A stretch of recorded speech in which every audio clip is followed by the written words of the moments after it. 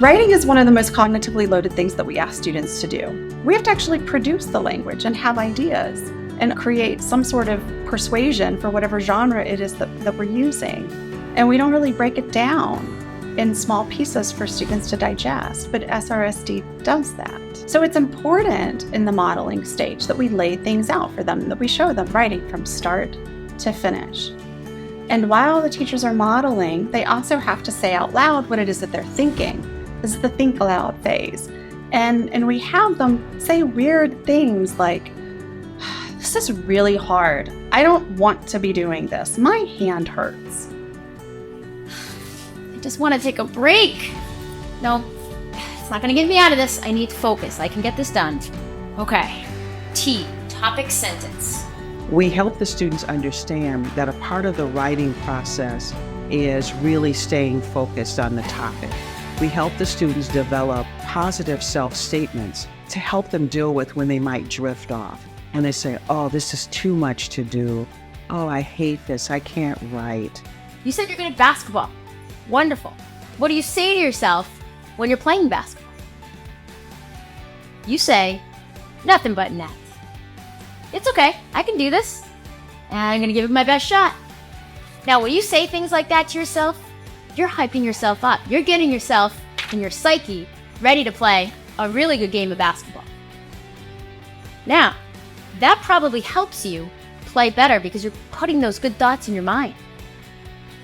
But when you write, do you say these types of things to yourself? Or do you say things like, oh, no, writing? Really?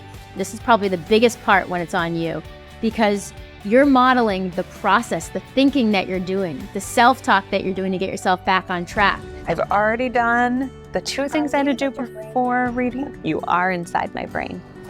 We thought about reading speed.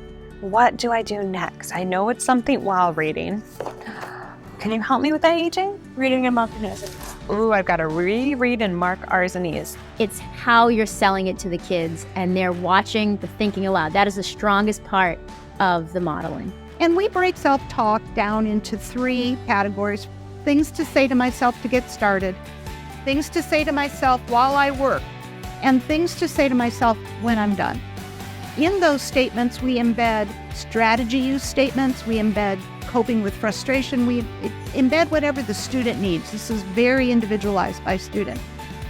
They don't know that I'm doing it. So I'll say, oh gosh, I forgot what I was supposed to do. And then I'll ask them to hold on for a second and I'll check my strategy chart. And then I'll say, oh yeah, here I am. And then we talk about it afterwards. And I ask them, well, did you see a place where I got stuck?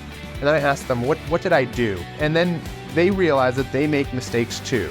And that writing is complex and we need the strategy and that they can use the self-talk to help themselves get through the task. He thought he would leave out the self-instructions because he really didn't think they mattered that much. And the researcher said, no, please, let's try it so I can see the whole process. And at this conference of teachers, he said, thank God for the researcher who made me do the self-instructions. He said, I had no idea how well my students would take to it. He said, I never understood how much negative talk was going on in their heads about writing until we started talking about it. And so one of the things is that it forces you to approach something first in an organized way, but it also may bring new ways of thinking about how you're doing something currently. I think the modeling's a perfect example of that. But logically it makes a lot of sense. You describe something, you show how to do it, and you do it.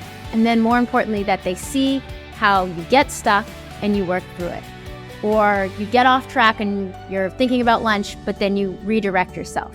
These self-regulation strategies are often missing in kids today, and we need to help put them back in there so that they can be productive members of society and stay focused at work and jobs someday.